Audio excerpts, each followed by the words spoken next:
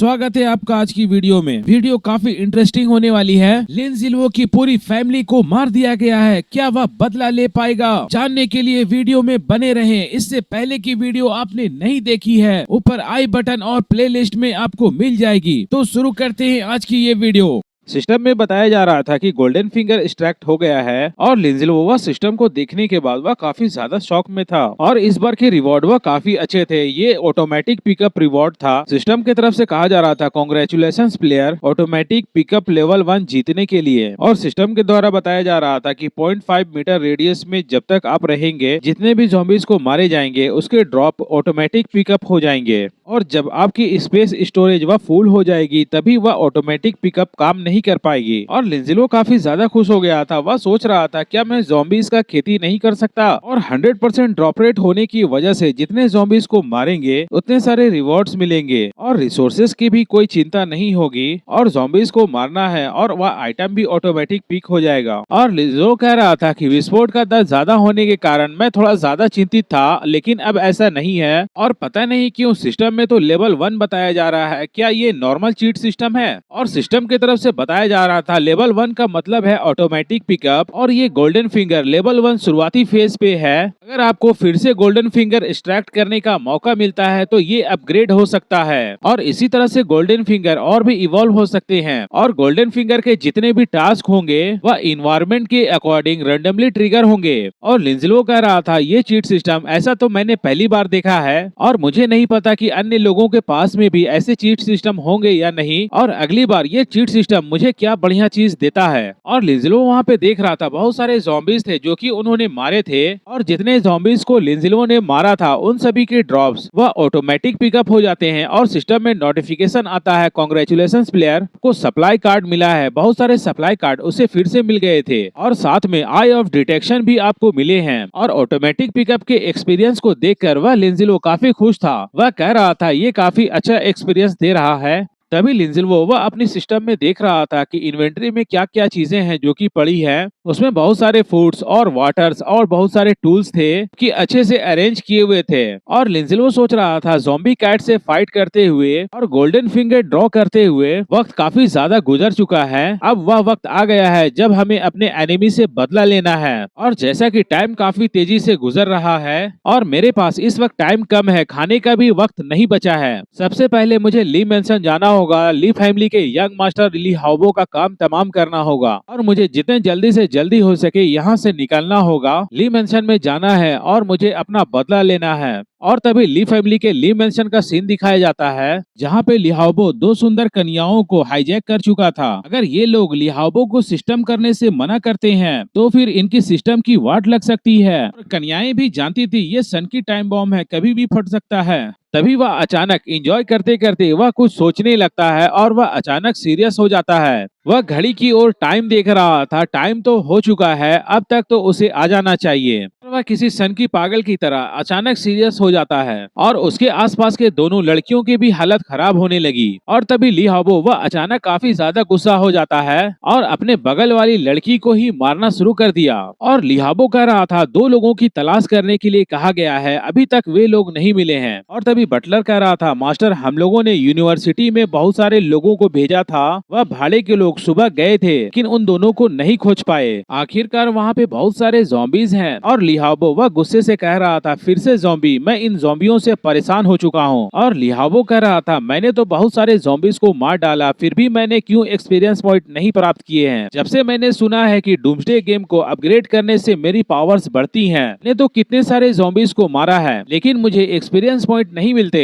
मेरा शरीर थोड़ा कमजोर है, क्या मैं ज़ॉम्बियों को मारकर अपनी पावर्स नहीं बढ़ा सकता? लिहाओबो सोच रहा था कि मैंने तो अपने लोगों से कहकर 10 ज़ॉम्बियों को मारकर उन्हें पीट कर, और जब वे सभी मरने वाले थे तो फिर मैं उन सभी को मार दिया तो थोड़े से मुझे एक्सपीरियंस पॉइंट मिले और थोड़े से पावर मेरी बढ़ी। और भले ही लेवल तो नहीं बढ़े लेकिन शरीर के जितने भी कमजोरी थे वे सभी नष्ट हो गए। और लिहाओबो को नहीं पता था कि डूम्सडे गेम सिस्टम को धोखा नहीं दिया जा सकता। ज़ॉम्बी को मारने में जितना ज्यादा आप मेहनत करते हैं उतना ही आपको एक्सपीरियंस मिलती है। और जब लिहाओबो वह काफी ज्यादा गुस्सा हो रहा था तभी अचानक दरवाजे में धक्के मारकर खोल दिया गया और एक व्यक्ति आया था जो सूट पहने हुए था, जिसके हाथों में एक बैग था। और बैग काफी भारी लग रहा था। जब आप उसके बगल में जाते हैं तो खून की स्मेल आ रही थी और लिहावो वह कह रहा था, अंकल रॉन्ग, आपको वह छोटी कुतिया और वह अनाथ मिलेगी या नहीं। और वह उस बैग को नीचे रख देते हैं। ऐसा लग रहा था कि उस बैग में कुछ है। और वह अंकल रॉन्ग वह कह रहा था, मास्टर महिला तो मिल गई लेकिन आदमी गायब है। और तभी लिहावो वह कह रहा था, वह मिल गई, वह कहाँ है, उससे कहो यहाँ आकर मुझसे मिले। और वह छिपने की हिम्मत कैसे कर सकती है। तभी अंकल रॉन्ग वह कह रहे थे, वह इस बैग में है, वह मार दी गई है। और तभी लिहावो वह काफी शौक में था। वह कह रहा था, क्या वह मारी गई, लेकिन कैसे। और वह अंकल रॉन्ग वह कह रहे थे, आपकी दी गई जानकारी के हिसाब से हम लोगों ने उसे खोजा, हमें उसकी एक रूममेट मिल गई और उसने जब बताया तो मैं उस गोडाउन में जाकर देखा तो वहाँ पे उसकी मरी हुई डेड बॉडीज पड़ी हुई थी और साथ में एक जेंट्स के कपड़े का टुकड़ा भी वहाँ पे मौजूद था। और लिहावो ने कुछ नहीं कहा, वह सीधे उस बैग के चैन को खोला और खून की तेज गंध आई और वह काफी ज्यादा परेशान हो गया। और वह रॉन्ग वह बता रहे थे, इसकी डेड बॉडी को मारकर एक बड़े बैरल में डाल दिया गया था और उसी बैरल में मेन का एक कपड़े का टुकड़ा मिला जो कि खून से सना हुआ था। ये पता चलता है कि इसे मारने वाला कोई पुरुष है और इस महिला को मरने से पहले काफी ज्यादा क्रूरता के साथ प्रताड़ित किया गया था। और जितने भी चोट इसके देखे जा रहे हैं ये उस जगह पे है जहाँ पे दर्द ज्यादा महसूस होता है। ऐसा लगता है कि वह मर्डर एक्यूपंक्चर पॉइंट को भी जानता है, इसी वजह से वह एकदम एग्जैक्ट लोकेशन पे ही वार किया है। इतना सटीक पॉइंट को जानना ये कोई नॉर्मल व्यक्ति नहीं होगा। और लिहावो वह इतनी क्रूरता को सुनकर और देखकर वह वॉमिटिंग करने लगा और वह सोच रहा था, इतनी बेहतरीन तरह से मारना ये तो मुझे भी नहीं आता। और अंकल रॉन्ग वह बता रहे थे, दुनिया का नंबर 1 हथियारा भी वह इतनी क्रूरता के साथ अपनी दुश्मन को नहीं मार सकता। और मुझे ऐसा लगता है कि इसकी किसी से गहरी दुश्मनी होगी, उसी ने इसे इतनी बुरी तरह से मारा है। और मुझे ऐसा लगता है कि ये मर्डर युवा मास्टर आपके लिए भी ये काफी प्रॉब्लम भरी हो सकती है। और लिहावो वह बता रहा था, ये तो सिर्फ मामूली सी स्कूल की सुंदरी है, इसकी तो किसी से कोई दुश्मनी नहीं होनी चाहिए। तो और भी कुछ रिस्पांस नहीं मिलती। अगर वह हरा हुआ व्यक्ति ना होता तो। तभी उसकी दिमाग की बत्ती जलती है। अचानक उसे लगता है कि क्या लिनजिल्वो तो इसके पीछे नहीं होगा। क्या ऐसा हो सकता है कि याओ को मारने वाला वही लिनजिल्वो होगा। लेकिन ये असंभव, ये कैसे हो सकता है, ये तो बिल्कुल असंभव है। वह तो बिना माता पिता का एक अनाथ व्यक्ति है और उसमें इतनी पावर कैसे हो सकती है। और जिसके बारे में आप बता रहे हैं, क्या वह सच में पावरफुल है। और यहाँ तक कि मेरे द्वारा तैयार किया गया सरप्राइज उसे तो अभी तक मिला भी नहीं है। और ये तो असंभव है कि उसे पता चल जाए कि याओ उसे धोखा दे रही है। मास्टर, क्या आप जिस लिनजिल्वो की बात कर रहे हैं वह लिनजियान का बेटा है। और लिहावो बता रहा था कि हाँ वह वही है। युवा मास्टर, आप सही कह रहे हैं, लेकिन ऐसा भी हो सकता है उसके पास में कोई सपोर्टिव लोग होंगे और ये ऐसा काम जो कि दुनिया का नंबर 1 किलर भी नहीं कर सकता वह उसका मददगार कर चुका है। और ये दुश्मन काफी ज्यादा खौफनाक है। और इसके अलावा उस जैसे हथियारे का सामना करने के लिए मैंने जो 100 लोगों को लाया है वह काफी नहीं है और फिलहाल और भी ज्यादा सिक्योरिटी के इंतजाम करने होंगे। और लिहावो कह रहा था, क्या अंकल आप उसके लिए पर्याप्त नहीं है। अब तो ड्रैगन साम्राज्य के 10 पावरफुल मास्टर्स में आते हैं और उसके अलावा आपके साथ तो पूरा एक भाड़े का समूह है। और फिर कुछ सोचने के बाद वह डर जाता है और वह कहता है, अंकल तो जल्दी से पिछले पहाड़ में चले जाओ और वहाँ से मेरे लिए कुछ और बॉडीगार्ड ले आओ, चाहे वे सभी फाइनल ट्रेनिंग ना भी लिए हो, उन्हें लेकर चले आए। मुझे मरना नहीं है, मैं मरना नहीं चाहता। ठीक है, चिंता मत करो छोटे साहब, जब तक मैं आपके साथ हूँ अपनी जान देकर भी आपकी सुरक्षा करूंगा। और वह अंकल रॉन्ग वह सोच रहे थे, जब तक मैं ली परिवार की सुरक्षा कर रहा हूँ, भले ही मेरी जान चली जाए, मैं ली परिवार का प्रोटेक्शन करूंगा। और इस वक्त लिनजिल्वो एक लेवल 3 के ज़ॉम्बी को मार चुका था, जिसके वजह से 3 एक्सपीरियंस पॉइंट और 5 गोल्ड कॉइन्स मिलते हैं। और तभी लिनजिल्वो वह काफी खुश हो रहा था क्योंकि वह अब लेवल 8 पे पहुंच चुका है। उसे कॉन्ग्रेचुलेशन किया जा रहा था और सिस्टम की तरफ से बताया जा रहा था, आपको 1 एट्रीब्यूट्स फ्री मिलते हैं। और लिनजिल्वो कह रहा था, मैं काफी जल्दी लेवल 8 तक पहुंच गया और मैंने तो सोचा था चौथे दिन की शाम तक लेवल 8 तक पहुंचूंगा, लेकिन अब मैं आधे दिन पहले पहुंच चुका हूं। और लिनजिल्वो सोच रहा था, ये तो अच्छी बात है कि हमारी लेवल काफी स्पीड के साथ बढ़ी है, जिसके वजह से मैं अब डेंजर में नहीं फंस सकता। और तभी वह अपने इन्वेंट्री से कुछ खाने के लिए निकालता है। उसे खाने का भी वक्त नहीं मिला था, इसीलिए वह लिहावो के पास जाने से पहले चलते चलते कुछ खा लेता है। और लिंजिल्वो ली मेंशन को देखने के बाद वह कह रहा था, लिहावो मैं तुम्हारी पास आ रहा हूँ, अब तुम्हारे अकाउंट को सेटल करने का वक्त आ गया है। और ली मेंशन के अंदर में बहुत सारे भाड़े के सैनिक वे सभी पहरा दे रहे थे और लिंजिल्वो इन सभी सैनिकों के बारे में काफी अच्छे से जानता था। इन सभी को बचपन से ही इनको ब्रेन वॉश किया जाता है और ली फैमिली का वफादार बनाया जाता है। और लिंजिल्वो भी ली मेंशन के अंदर घुसने के लिए तैयार था और इन सभी को टारगेट में ले रहा था। और जैसा कि ली मेंशन के आसपास जितने भी ज़ॉम्बीज थे वे सभी मारे गए थे, उन सभी को लिहावो ने अपने भाड़े के सैनिकों के साथ मिलकर मरवा दिया। और जिसके वजह से लिंजिल्वो को भी परेशानी नहीं हो रही थी, क्योंकि आसपास तो कोई ज़ॉम्बीज नहीं थे, वहाँ पे कुछ इंसान थे जो कि भाड़े के लोग थे, वे सभी गार्ड कर रहे थे। और लिंजिल्वो तो उनकी सिक्योरिटी पैटर्न को बहुत पहले से जानता है, इसीलिए वह ली मेंशन के आसपास पूरी तरह से फिर से एक बार जानकारी जुटा रहा था। ली मेंशन में कितने सारे लोग हैं और सिक्योरिटी के लिए कितने लोग घूम रहे हैं और क्या चेंजेस हुआ है। किसी तरह का कोई चेंजेस नहीं मिला, वह बिल्कुल सारा कुछ वैसा ही था जो पहले हुआ करता था। और ली मेंशन के अंदर घुसने के लिए एक तो फ्रंट से रास्ता है और एक दूसरा ये है जो कि जंगल की तरफ से एक सीक्रेट रास्ता है जो कि लिंजिल्वो को पता था। वहाँ पे एक सीक्रेट बटन था जिसे लिंजिल्वो प्रेस कर देता है और तभी एक रास्ता बन जाता है मेंशन के अंदर जाने के लिए। और लिंजिल्वो सोच रहा था, मुझे अभी भी याद है ये वही रास्ता है जिससे ली मेंशन के अंदर घुसा जा सकता है। लिंजिल्वो के बटन को क्लिक करते ही वहाँ पे एक सीक्रेट पैसेज ओपन हो जाता है और लिंजिल्वो जानता था कि जिस रास्ते से मैं आ रहा हूँ इस रास्ते से वे लोग वापस भाग भी सकते हैं, लेकिन फिर भी लिंजिल्वो ने उस रास्ता को बंद नहीं किया, क्योंकि वह जानता था कि अगर लिहावो भागने की कोशिश करेगा तो मैं उसे पकड़ लूंगा। और लिंजिल्वो जान रहा था कि लिहावो के आसपास बहुत सारे सैनिक हैं, वह फिर भी उसे मारने के लिए जाना चाहता है और वह कह रहा था, मैं देखना चाहता हूँ कि आपकी प्रोटेक्शन कितने सारे लोग कर सकते हैं और तुम्हारे आसपास काफी सारे लोग हैं। और लिंजिल्वो का प्लान कुछ और था, लेकिन ली परिवार की लेआउट को देखने के बाद उसने अपना प्लान बदल दिया। पहले वह चाह रहा था कि zombie attracting tool raw meat के जरिए बहुत सारे ज़ॉम्बीज को अट्रैक्ट किया जाए, लेकिन ऐसा नहीं हुआ। सभी ने ली मेंशन के आसपास सभी ज़ॉम्बीज को मार दिया है और लिंजिल्वो उन सभी गार्ड के सिंबल को देखकर समझ चुका था, ये वही है हंटिंग मशीनरी ग्रुप्स, हावो का ट्रस्टेड ग्रुप्स, हमारा पुराना दुश्मन। और लिंजिल्वो सोच रहे थे, मैं तो इन सभी को अच्छी तरह से समझता हूँ, ये सब क्या कर सकते हैं और ये सभी तो वही ग्रुप्स हैं जो कि मेरे पिछले जीवन में मुझे परेशान किया करते थे। हालांकि मैंने पिछले जीवन में ली फैमिली के अरेंजमेंट्स को पहले ध्यान से कभी नहीं देखा। वैसे जितने भी लोग गार्ड्स कर रहे हैं ये तो काफी अच्छी तरीके से गार्ड कर रहे हैं, लेकिन फिर भी इनमें काफी कमियां देखी जा सकती हैं। और तभी एक गार्ड कह रहा था, मिस्टर रॉन्ग आप यहाँ पे हैं। और लिंजिल्वो भी ये सुनकर वह काफी एक्टिव और अलर्ट हो जाता है और लिंजिल्वो भी इसे पहचान जाता है। वह सोच रहा था, ये वही है, ये भी हमारे लाइफ में सबसे बड़ा दुश्मनों में आता है, इसने मुझे कई बार मारने की कोशिश की थी और मैं इसे कैसे भूल सकता हूँ जो कि हमारे लाइफ का सबसे बड़े दुश्मनों में आता है। और इस शख्स के बारे में बताया जाता है, नाम रोंग झांग, और यह ड्रैगन साम्राज्य का वॉर गॉड में से एक कहलाता है, जो कि इसे टाइटल दी गई है शिकार और हत्या करने में माहिर। एपोकलिप्स से पहले ये भाड़े का समूह चलाया करता था और यह ली परिवार के अंडर में आता है। और लिंजिल्वो सोच रहा था, ये वही शख्स है जिसने मुझे पिछले जीवन में कई बार पकड़ने की कोशिश की है, वह भी लिहावो के कहने के कारण। और जब वे सभी मेरे बारे में पता नहीं लगा पाए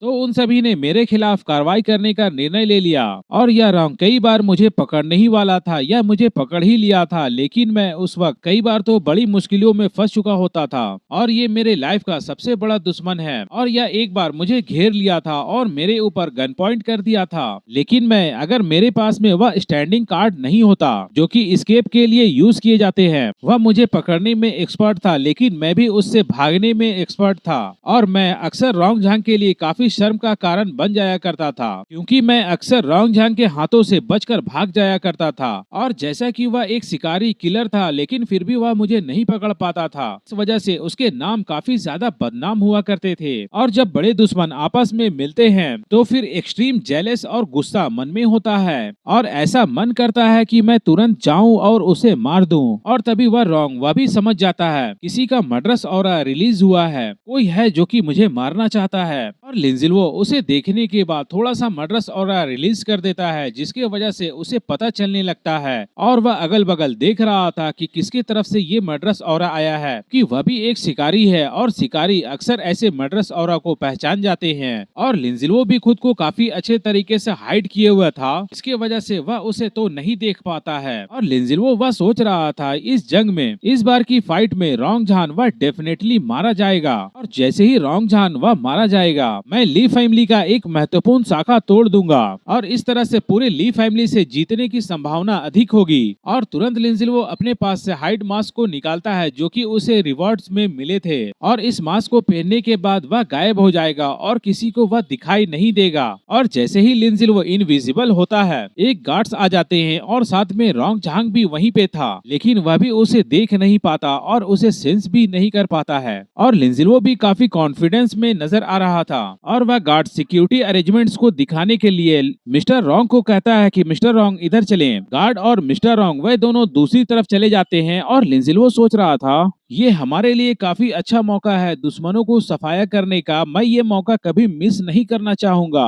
अब जितने जल्दी से जल्दी हो सके इन सभी की वाट लगानी होगी। अब इन सभी को ऊपर भेजने का टाइम आ गया है। और मिस्टर रोंग अभी भी एक झलक बाहर की ओर देख रहा था। वह सोच रहा था मुझे तो ऐसा लगा कि अभी कोई था। क्या मैं कुछ ज्यादा सोच रहा हूँ? क्या मैं सिक्योरिटी को लेकर कुछ ज्यादा अलर्ट हो चुका हूँ, इसलिए मुझे ऐसा लग रहा है? और मिस्टर रोंग वह अपने सैनिकों से कह रहे थे पेट्रोलिंग बढ़ा दो, सिक्योरिटी जितना ज्यादा से ज्यादा हो सके बढ़ा दिया जाए। और वह सोच रहे थे और मुझे नहीं पता है कि आप कौन है। अगर आप ली फैमिली में आते हैं और यहाँ नुकसान पहुँचाना चाहते हैं तो आप वापस नहीं जा पाएंगे। और रात के 12 बज चुके थे। ली मेंशन का सीन दिखाया जाता है और लिहाबो कह रहा था 12 बज चुके हैं, क्या मैं अब जाकर सो सकता हूँ? और ज़ॉम्बीज तो बाहर में काफी ज्यादा एक्टिव हैं और कोई हमें इस वक्त क्यों आकर मारना चाहेगा? और मिस्टर रोंग बता रहे थे कि मुझे ऐसा लगता है कि कोई है जो कि हमें टारगेट कर रहा है, इसलिए हमें सावधान रहने की जरूरत है। और लिहाबो वह काफी गुस्से के साथ कह रहा था मैं काफी ज्यादा ऊब चुका हूँ। आप लोग अपने युवा मास्टर को एक अनाथ की वजह से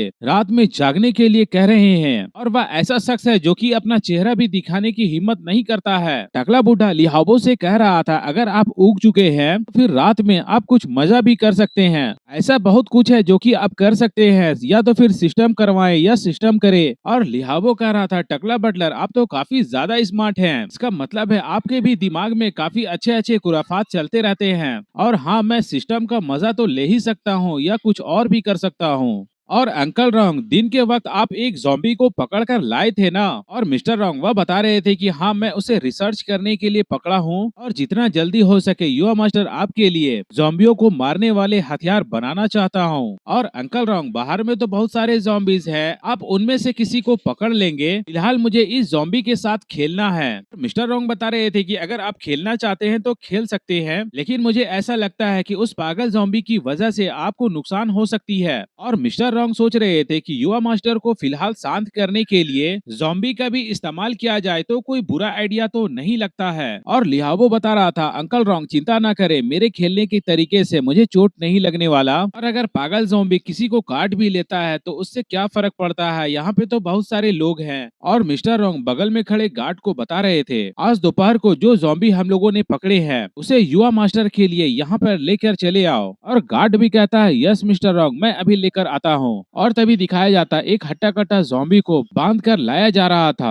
और वह लोगों को नुकसान न पहुंचाए इसलिए उसे जंजीरों से और रस्सियों से बांध लिया गया था। और दो लोगों ने उसे पहले से ही पकड़ रखे थे और फिर भी वह ज़ॉम्बी काफी ज्यादा ताकतवर नजर आ रहा था और वह गुर्रा रहा था जैसे कि वह काटना मारना चाहता हो। वह काफी गुस्से में नजर आ रहा था। अगर इस ज़ॉम्बी को इतना बांधा नहीं गया होता तो ये अभी तक कितनों को काट चुका होता। और लिहाबो वह काफी एक्साइटेड नजर आ रहा था। वह कह रहा था मेरे लिए जाओ और जल्दी से मेटल केज ले करके आओ। और एक बड़ा सा केज लाया जाता है जिसमें कुछ लड़कियां थीं और जो भी लड़कियां लिहाबो को सिस्टम करने से मना कर देती है वह उसे केज में बंद कर देता है और उसका टॉर्चर करने का तरीका वह काफी क्रूर रहता है। और जितने भी सुंदर कन्याएं होती हैं उन सभी को वह पकड़ लिया करता है। उन सभी की गर्दनें भारी जंजीरों से बंधी हुई थी, मानो वो सभी खुद को छुड़ाने की कोशिश भी नहीं करती हो। और दिखाया गया कि सनकी लिहाबो के हाथ में एक घंटी थी जिसे घंटी को बजाते ही सभी लड़कियां पागलों की तरह व्यवहार करने लगी और उस घंटी की तरफ अट्रैक्ट होने लगी और वह किसी भी हाल में उस घंटी के करीब जाना चाहती थी, लेकिन वह सभी उस केज की वजह से आगे नहीं बढ़ पा रही थी। इन सभी को कितनी मानसिक और शारीरिक टॉर्चर किया गया है कि इन लोगों की हालत इतनी खराब हो चुकी है,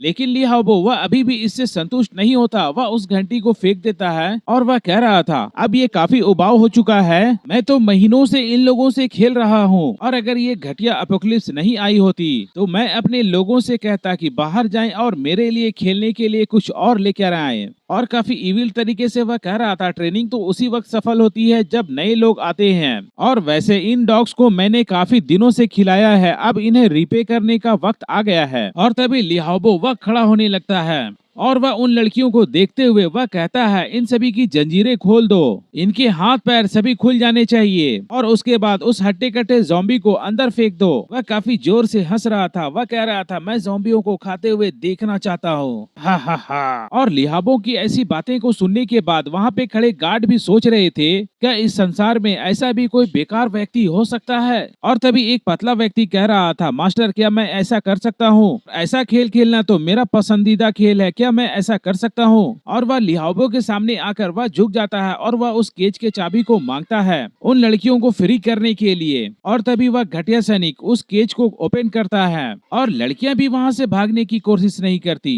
और तभी उस पहलवान ज़ॉम्बी को पकड़ के लाया जाता है ताकि उस केज में छोड़ दिया जाए। और तभी वह सैनिक उस पहलवान ज़ॉम्बी के मुंह में लगे लॉक को खोलने लगता है और जैसे ही उस लॉक को खोल दिया जाता है वह ज़ॉम्बी तुरंत उस व्यक्ति को काटने की कोशिश कर रहा था, लेकिन बहुत सारे लोग उसे कसकर जकड़े हुए थे। तभी लिहाओबो कह रहा था अब इसके जंजीरों को खोल दो और उस केज के अंदर डाल दो और कोई साला मिस्टेक नहीं करेगा। तभी लिहाओबो के जितने भी गार्ड्स थे उन सभी में एक गार्ड जो कि काफी अच्छा था लिहाओबो के सामने आता है और वह झुक जाता है। वह कह रहा था छोटे मालिक इस तरह की चीजें करना काफी अमानवीय होती हैं, कृपया इन सभी को जाने दें, इन्हें बख्श दें। और तभी लिहाओबो वह काफी ज्यादा गुस्सा हो रहा था और तभी एक और उसका गार्ड साथी वह उसे झुका दिया। वह कह रहा था युवा मास्टर कृपया इसे माफ कर दें, एक गार्ड जो कि मारा गया उसे रिप्लेस करके इसे लाया गया है, इसका नाम यांग दाओ है और ये काफी पावरफुल पैदा हुआ था लेकिन इसके दिमाग में थोड़ी समस्या है इसीलिए इसे माफ कर दें। और लिहाओबो उसकी तरफ देखते हुए कहा क्या आप मुझे कुछ करने के लिए सिखाना चाहते हो। और वह गार्ड थोड़ी दबी हुई आवाज में कह रहा था मास्टर कृपया उन्हें जाने दें। वह बगल वाला गार्ड वह समझ चुका था अब इसकी तो खैर नहीं, वह काफी लड़खड़ाते हुए टूटे फूटे लफ्जों में कह रहा था मैं गलत गलत गलत, दया करो मास्टर। लिहाओबो उसे देखने के बाद हंस रहा था आहा, लंबे समय से किसी ने मेरे अधिकार को चुनौती नहीं दी और तुम्हारी हिम्मत तो काबिले तारीफ है। और नाम क्या बताया, वांग दाओ, लड़ तो सकता है ना, ठीक है इसे पकड़ लो। और तभी दो गार्ड आते हैं और वांग दाओ को पकड़ने लगते हैं और एक भगचोंदर गार्ड आता है और उसे मारने के लिए आगे बढ़ता है। वह जैसे अपना फाइट उसके चेहरे पे मारने वाला था वांग दाओ भी समझ चुका था और उसके मुक्के को रोक लेता है। और मिस्टर रॉन्ग वह देख रहे थे, वह सोच रहे थे ये भगचोंदर गार्ड तो काफी ज्यादा पावरफुल है, वांग दाओ असल में उसकी पंच को रोक सकता है, ये शख्स तो काफी ज्यादा इंटरेस्टिंग लग रहा है, मैंने तो पहले इस पे ध्यान नहीं दिया। अब भगचोंदर गार्ड पूरी जोर लगा रहा था अपने मुक्के को छुड़ाने के लिए लेकिन वह मुक्का छूट नहीं पा रहा था। तभी वांग दाओ उसे छोड़ देता है और वे दोनों खड़े हो जाते हैं। भगचोंदर गार्ड वह सोच रहा था पावर के मामले में मैं इससे हार गया, इसकी वजह से मैं कुछ ज्यादा शर्मिंदा हो चुका हूँ, इसे तो अपनी जान देकर चुकानी होगी। वह अपने दूसरे गार्ड साथियों से हेल्प मांग रहा था कि आओ इसे मिलकर सबक सिखाते हैं। और भगचोंदर गार्ड का साथी वह आने के बाद कह रहा था ए चिंपैंजी क्या तुम बहुत सारे महिलाओं के साथ खेल रही हो, तुम्हारी पावर्स कहाँ गई। और दूसरा सैनिक वह कह रहा था कोई तुम्हें कैसे धक्का दे सकता है। वे लोग सोच रहे थे वांग दाओ की पावर काफी ज्यादा है, कहीं मिस्टर रॉन्ग ने इन्हें छोड़ने का फैसला कर दिया तो हम लोगों के लिए मुश्किल हो सकती है, उससे पहले इसका काम तमाम कर देना चाहिए। वे सभी मिलकर वांग दाओ को पकड़ने लगते हैं और भगचोंदर गार्ड वह उसे फिर से मारने के लिए आगे बढ़ता है, उसे काफी ज्यादा पीटा जा रहा था और वांग दाओ को दो गार्ड्स पकड़ लिए थे जिसकी वजह से वांग दाओ अपनी हाथों को नहीं चला पा रहा था। इसी तरह से कई मुक्कों की बरसात कर दिया जाता है, वांग दाओ को काफी ज्यादा पीटा जाता है। लिहाओबो अचानक कह रहा था रुक जाओ, उसे मारना बंद करो, क्या जान से मार दोगे। भगचोंदर गार्ड कह रहा था जी मास्टर, ये कहते हुए वह मारना बंद कर देता है। तभी लिहाओबो उसके तो कुछ अलग प्लान चल रहे थे, वह कह रहा था ये उन लड़कियों को बचाना चाहता था, इसके सामने उन लड़कियों को मारो, उन लड़कियों को मरते हुए देखने दो इसे। और तभी वे गार्ड समझ चुके थे कि युवा मास्टर मरते हुए देखकर मजा करना चाहते जाते हैं। तभी वे सभी गार्ड वांग दाओ को केज के पास लेकर चले आते हैं। पहलवान ज़ॉम्बी के रस्सियों को खोला जा रहा था ताकि उसे केज के अंदर भेजा जा सके। 3 गार्ड्स धक्का देकर के उसे केज के अंदर भेज रहे थे ताकि वह हट्टा कट्टा ज़ॉम्बी अंदर चला जाए और उन सभी लड़कियों को मार दे। वह ज़ॉम्बी दिन भर कैद किए जाने की वजह से काफी ज्यादा गुस्से में था और वह ज़ॉम्बी देखा कि अब गुस्सा निकालने के लिए क्या किया जाए। वह ज़ॉम्बी काफी दिन भर कैद होने की वजह से और अपना गुस्सा निकालने की वजह से काफी ज्यादा गुस्से में था और सामने में एक महिला नजर आ रही थी। वह तुरंत उस पे झपटने के लिए चला जाता है, लेकिन वह महिला जो कि कभी ज़ॉम्बी नहीं देखी थी, उसे तो ज़ॉम्बी से डर भी नहीं लगा। वह ज़ॉम्बी आता है और उसे मार देता है। वह महिला तो बचने की भी कोशिश नहीं कर रही थी, वह पहले ही अपनी जिंदगी से हार मान चुकी थी। वह ज़ॉम्बी काफी भूखा था, उस महिला को पूरी तरह से वह खा चुका था। वह किसी पागल कुत्ते की तरह उस महिला को काट रहा था। वांग दाओ इन महिलाओं को बचाना चाहता था, उसे तो काफी ज्यादा तकलीफ हो रही थी। वांग दाओ इन लड़कियों को बचाना चाहता था, वह इसलिए नहीं कि उसका कोई रिलेशन था इन लोगों के साथ, बस वह इंसानियत के नाते उसे बचाना चाहता था। वांग दाओ के अंदर अभी भी इंसानियत बची हुई थी। अपोकलिप्स एंड ऑफ वर्ल्ड आने के बाद सारे लोग जानवर बन चुके हैं। वांग दाओ के अंदर इंसानियत है, लेकिन वह मजबूर है। वांग दाओ ने अपनी पलकें बंद करने की भी कोशिश की, लेकिन ऐसा नहीं हो पाया था। वांग दाओ इस सिचुएशन को देखने के बाद वह कुछ ज्यादा टूट चुका था और जितने भी सैनिक थे और लिहाबो वो सभी हंस रहे थे। उन सभी को तो काफी ज्यादा मजा आ रहा था। लिहाबो काफी ज्यादा खुश हो रहा था। वह कह रहा था ये वांग दाओ भी तो ज्यादा पावरफुल है। मैं देखना चाहता हूँ कि वांग दाओ और इस पहलवान ज़ॉम्बी के बीच कौन ज्यादा पावरफुल है। टकला गार्ड भी काफी खुश था। वह कह रहा था हाँ मास्टर ली, आप सही कह रहे हैं, मस्ती मजा करना तो मास्टर ली से कोई सीखे, इतना तो हम लोग भी नहीं सोच सकते। साथ में चिंपैंजी गार्ड वह भी काफी खुश हो रहा था और लिहाबो को पकड़कर उस केज के अंदर फेंकने के लिए तैयार थे। पतला बंदर ने उस केज के दरवाजे को खोल दिया। वह पहलवान ज़ॉम्बी उन लोगों को खाने में मगन था। पहलवान ज़ॉम्बी के पास काफी ज्यादा ताकत आ चुकी थी। केज के अंदर सारे महिलाओं को वह मार चुका था। वांग दाओ को केज के अंदर फेंक दिया जाता है और केज को बंद कर दिया जाता है। पहलवान ज़ॉम्बी को भी ये सेंस हो गया कि कोई है जो कि हमारे केज में आया है, लेकिन उसने तो अभी अभी पेट भर खाया है, उसके लिए एक और बकरा चला आया है। अब वह पहलवान ज़ॉम्बी वांग दाओ को भी मारने के लिए आगे बढ़ना चाहता था। वांग दाओ के चेहरे पे आंसू आ गए। वह सोच रहा था माँ ने कहा था सुरक्षित रहो, माँ तुम्हारी इंतजार कर रही है, सुरक्षित घर आना। वह रोते हुए कह रहा था माँ मैं अब वापस नहीं जा सकता, आपकी देखभाल नहीं कर सकता। तभी वह अचानक अपनी आंखों को खोलता है और वह कहता है कि नहीं, मैं नहीं मरना चाहता, मुझे जीना होगा। मेरी माँ अभी भी मेरा घर पे इंतजार कर रही होगी। वह अपने आप को फाइट के लिए तैयार करता है, मुझे नहीं मरना है, मुझे तो अपनी माँ का देखभाल भी करना है। वांग दाओ फाइट के लिए तैयार था और पिंजरे के बाहर सारे लोग हंस रहे थे। उसका ये साहसीपन बाहर के लोगों को काफी ज्यादा हंसा रही थी। वांग दाओ अपने एक जोर का पंच उस ज़ॉम्बी के फेस पे मार देता है। अचानक वांग दाओ ने ज़ॉम्बी को मारना शुरू कर दिया। वांग दाओ जो कि इस वक्त काफी ज्यादा गुस्से में था, वह उस ज़ॉम्बी को पकड़कर केज के किनारे तक ले आता है। वांग दाओ इस वक्त ज़ॉम्बी से लड़ते हुए अपने जीवन का रक्षा करना चाहता था। वह जानता था कि अगर इस वक्त नहीं फाइट करते हैं तो मैं मारा जा सकता हूँ। तभी अचानक उसके मुंह से ब्लड आ जाती है। उसे समझ में आ गया कि अब चोट लग चुका है। पहलवान ज़ॉम्बी ने उसके पेट में अटैक किया था, जिसके वजह से उसके पेट कट चुके थे और ज़ॉम्बी के स्क्रैच उसके पेट में लग चुके थे, जिसके वजह से उसके ज़ॉम्बी बनने के चांसेस बढ़ जाते हैं। वांग दाओ जो कि समझ चुका था कि अब मैं नहीं बच सकता। वांग दाओ सोच रहा था अगर मैं मरूंगा तो इसे भी मार दूंगा। और बाहर से गार्ड और लिहाबो ये सारा कुछ देखकर, ये खूनी नजारे को देखकर वे लोग काफी ज्यादा खुश हो रहे थे। लिहाबो वह बाहर से कह रहा था ये काफी रोमांचक है, काफी एक्साइटिंग लग रहा है। वांग दाओ जिसे पहले गार्ड के द्वारा पीटा गया, अब वह ज़ॉम्बी से लड़ते हुए उसके मुंह और उसके पेट से भी खून आ चुकी थी, लेकिन फिर भी उसने हार नहीं माने और उस ज़ॉम्बी को मारना शुरू कर दिया। उसके ऊपर मुक्के की बरसात कर दी। कुछ देर बाद वह उस ज़ॉम्बी को मार देता है, लेकिन वांग दाओ भी काफी ज्यादा जख्मी था। ज़ॉम्बी का तो पूरी तरह से काम तमाम हो गया है, लेकिन अब वांग दाओ जिसकी हालत कुछ ज्यादा खराब हो चुकी है, वह भी वहीं पे थक कर कर गिर जाता है। वह सोच रहा था माँ मैं गलत था, माँ मैं गलत था। वह जानता था कि मैं अब जीवित नहीं रह पाऊंगा। उसे तो अपनी मौत से ज्यादा अपनी माँ की चिंता थी कि वह अब अपनी माँ को सपोर्ट नहीं कर पाएगा। और मिस्टर रॉन्ग उनके सामने सारा कुछ हो रहा था लेकिन उन्होंने कुछ नहीं कहा। और जब वांग दाओ वह मरने वाला था तब वह कह रहे थे ये अफसोस की बात है। चिंपैंजी सोच रहा था कि आखिरकार ये खतरा टल गया। टकला छपरी गार्ड का मानना था कि ये तो काफी जल्दी मारा गया। वांग दाओ जो कि अभी भी जीवित और जख्मी था, उसकी बॉडी में चेंजेस होना शुरू हो गए कि पूरी बॉडी की नसें उभर चुकी थी। वह ज़ॉम्बी में तब्दील होना शुरू हो चुका था। कुछ देर बाद वह पूरी तरह से ज़ॉम्बी में कन्वर्ट हो जाता है। उसकी आंखें लाल हो चुकी थी। वह काफी ज्यादा खूंखार ज़ॉम्बी लग रहा था। तो ये पहलवान ज़ॉम्बी का पापा बन चुका है। लिंजिलो जो कि इस वक्त एक अपॉर्चुनिटी की तलाश में था, वह मेंशन के अंदर सभी गार्ड को मारकर लिहाबो का काम तमाम करने के लिए आ चुका था। अब लिंजिलो सोच रहा था अब वह टाइम आ गया है जब मुझे कार्रवाई करनी चाहिए। अब मुझे अपना खेल शुरू करना चाहिए। ये टाइम कार्रवाई करने के लिए परफेक्ट टाइम हो सकती है। यहाँ पे हर एक पर्सन मुजरिम है, कोई भी सच्चा व्यक्ति नहीं है, इसलिए मुझे इन्हें मारने में हेजिटेट नहीं करनी चाहिए। लिंजिलो चला जाता है एक गार्ड के पास में और उस गार्ड का काम तमाम कर दिया जाता है और उस गार्ड को साइड में कर दिया जाता है ताकि दूसरों को पता ना चले।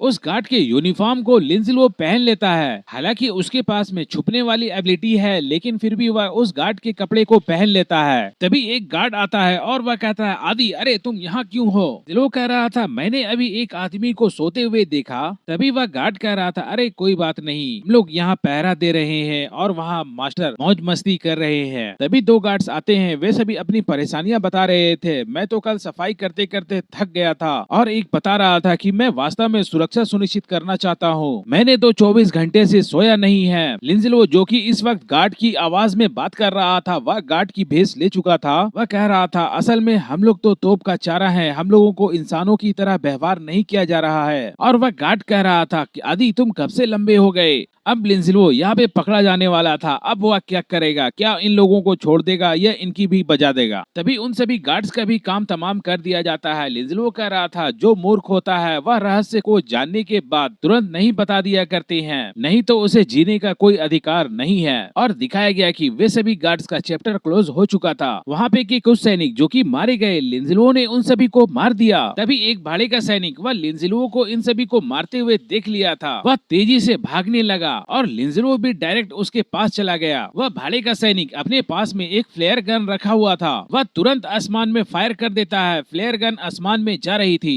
लिंजिलो ने अपने पास से एक नाइफ को निकाला और उस फ्लेयर गन को जो कि अभी आसमान में छोड़ी गई थी उसे रोकने के लिए उससे भी स्पीड से वह अपनी नाइफ को थ्रो करता है। वह नाइफ जा करके उस फ्लेयर सिग्नल को वहीं पे रोक देता है और वह ब्लास्ट होने से भी रुक जाती है। वह फ्लेयर सिग्नल जो कि अनसक्सेसफुल नीचे आकर गिर चुकी थी। लिंजिलो ने उस गार्ड को पहले ही मार दिया था। लिंजिलो उस फ्लेयर के पास चला गया जो कि इस वक्त जमीन पे गिरी हुई थी। लिंजिलो कह रहा था पिछले जीवन के अकॉर्डिंग मैंने जान लिया है कि ये लोग क्या कर सकते हैं। ये लोग सबसे पहले फ्लेयर गन का इस्तेमाल करते हैं। इस वक्त ली मेंशन के जितने भी आउटर गार्ड्स थे जो भी बाहर पहरा दिया करते थे उन सभी को मार दिया गया है। सिस्टम की तरफ से बताया जा रहा था रिवेंज लेने का काम शुरू हो चुका है, इसलिए आपके लिए एक टास्क जनरेट किए जा रहे हैं। रिवेंज कंप्लीट करने के बाद ब्रॉन्ज रैंक का आइटम दिया जाएगा जो कि ड्रॉ करने के बाद आपको मिलेंगे। आज रात होस्ट एक मृत्यु के देवता के रूप में बदल जाएंगे। मेंशन के अंदर 269 लोगों को मारे। मिशन जो कि 12 घंटे के अंदर पूरे करने हैं। क्या आप मिशन को एक्सेप्ट करना चाहते हैं? लिंजिलो कह रहा था बहुत बढ़िया ली हाओबो, अब आपके पास मरने का एक और कारण है। मिशन को एक्सेप्ट कर लिया जाता है। सिस्टम के तरफ से ये कंफर्मेशन किया जाता है मिशन रिवेंज एक्सेप्ट हो चुका है। मिशन के दौरान 260 लोगों में से अगर कोई भाग भी जाता है आप उसके लोकेशन को ढूंढ सकते हैं, फिर उसे मार सकते हैं। रिवेंज बैरियर का एक ऑप्शन आ रहा था जिसे एक्सेप्ट करना था। लिंजिलो सोच रहा था मैंने तो पहले ऐसा कभी नहीं देखा है, लेकिन फिर भी उसे वह एक्सेप्ट कर लेता है। रिवेंज बैरियर जिसमें से जितने लोगों को मार किया गया है वे लोग भाग नहीं सकते। अगर वे सभी भाग जाते हैं तो 1 महीने तक आप उसे ट्रैक कर सकते हैं। चाहे वे लोग कहीं भी रहें आप उन्हें काफी आसानी के साथ ट्रैक कर सकते हैं, ढूंढ कर मार सकते हैं। लिंजिलो सोच रहा था ये चीज तो काफी बाद में आई थी जब 2 कंट्री के लोग आपस में फाइट कर रहे थे। उस वक्त काफी ज्यादा ज्यादा कत्लो आम हुआ था उस वक्त रिवेंज बैरियर एक्टिवेट हुआ था और मुझे रिवेंज बैरियर एक्टिवेट करने का ऑप्शन दिया है। ये तो मेरे लिए काफी अच्छी बात है।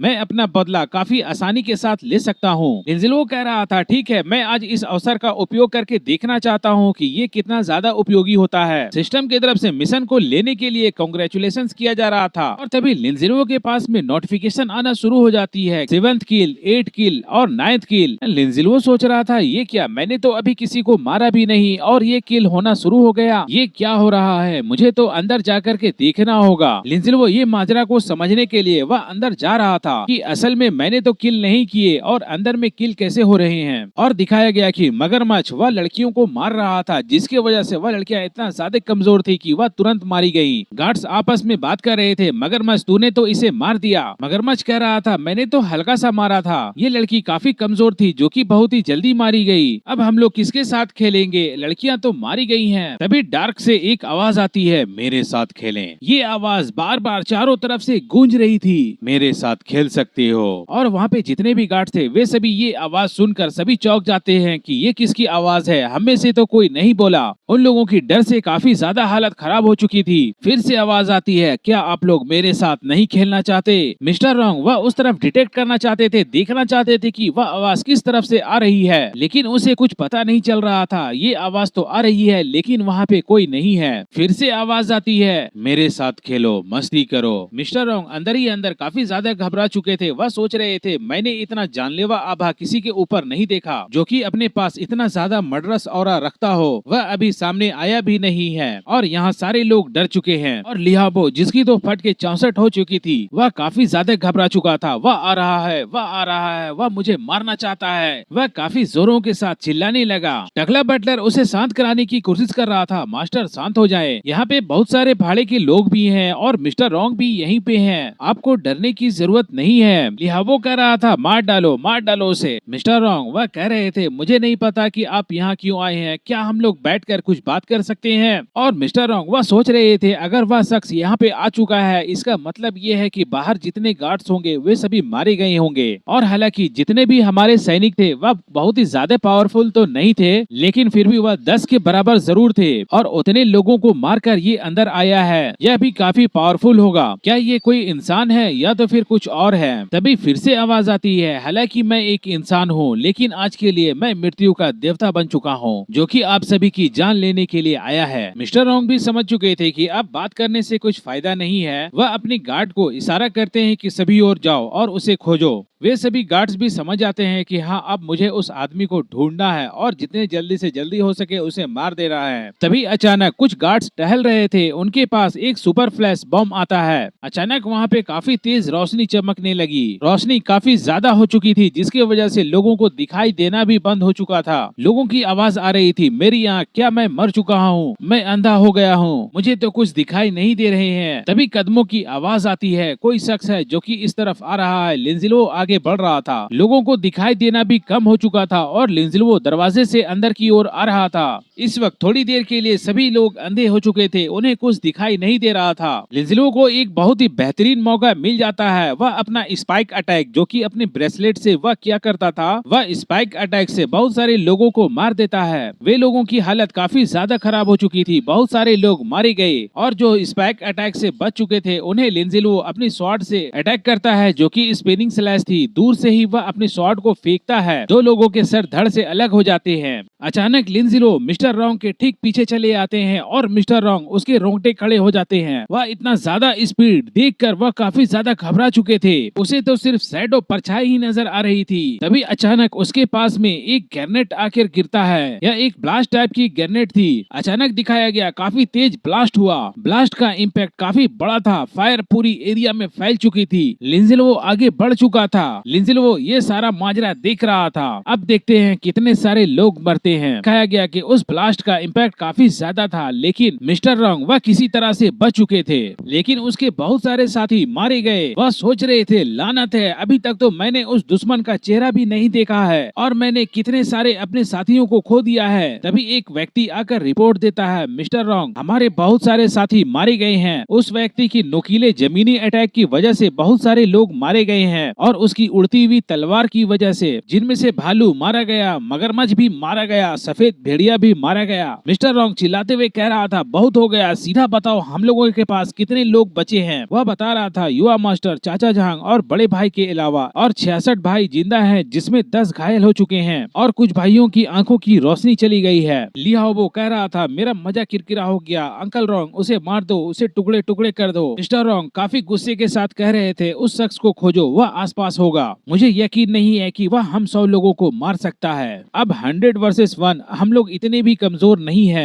मिस्टर रॉन्ग वह टकला बुढ़ा को कह रहे थे, अंकल जोंग आप युवा मास्टर को लेकर एक गुप्त रास्ते पे चले जाएं, साथ में कुछ सैनिकों को भी ले जाएं, हम लोग उस अजीब व्यक्ति को ढूंढ कर मार देंगे। मिस्टर रॉन्ग ने टकला बटलर को अच्छे से समझा दिया और साथ में हाथों से इशारा भी कर दिए, अच्छे से लेकर जाना, उसकी प्रोटेक्शन तुम्हें करनी है। टकला बटलर वह समझ चुके थे कि मुझे क्या करना है। किसी तरह से लिंजिलो को ये पता चल जाता है कि टकला बटलर वह एक मास्टर की कैटेगरी में आता है, वह भी एक पुराना फाइटर रह चुका है। लिंजिलो ने बहुत सारे लोगों का चैप्टर क्लोज कर दिया है, अब उसे भी एनर्जी की जरूरत पड़ने लगी। वह साइड में चला आता है और वह कार्ड के थ्रू इन्वेंट्री से ड्रिंक निकालता है, उसके बाद बाकी लोगों का चैप्टर क्लोज किया जाएगा। लिंजिलो सोच रहे थे, मैं जानता था आधे लोग तो ली हाओबो की प्रोटेक्शन के लिए चले जाएंगे, आधे लोग मुझे तलाश कर रहे हैं, लेकिन मुझे सबसे पहले इन बचे हुए लोगों को निपटाना है। लिंजिलो अपने सिस्टम की मदद से उन दोनों की इंफॉर्मेशन देखना चाहता था, जिसमें बताया जा रहा था रोंग जांग जो कि लेवल 5 पे है, उसका टाइटल नेम है zombie Hunter, leader of mercenary group, और टकला बटलर के बारे में बताया जा रहा था, वह लेवल 2 पे है और लॉयल बटलर है। रोंग जांग वह इतने कम समय में लेवल 5 पे पहुंच चुका है, ब्रॉन्ज लेवल के इक्विपमेंट भी मिले हैं। रोंग जांग तुम्हें तो बाहर आना चाहिए और मुझसे लड़ना चाहिए, तुम्हारी पहचान एक हंटर के तौर पे है। लिंजिलो सोच रहे थे रोंग जांग वह देरी करना चाहते हैं ताकि ली हाओबो को छुपने में आसानी हो और वह उतनी देर में छुप सके। लिंजिलो ज़ॉम्बी कैट के हॉर्न के थ्रू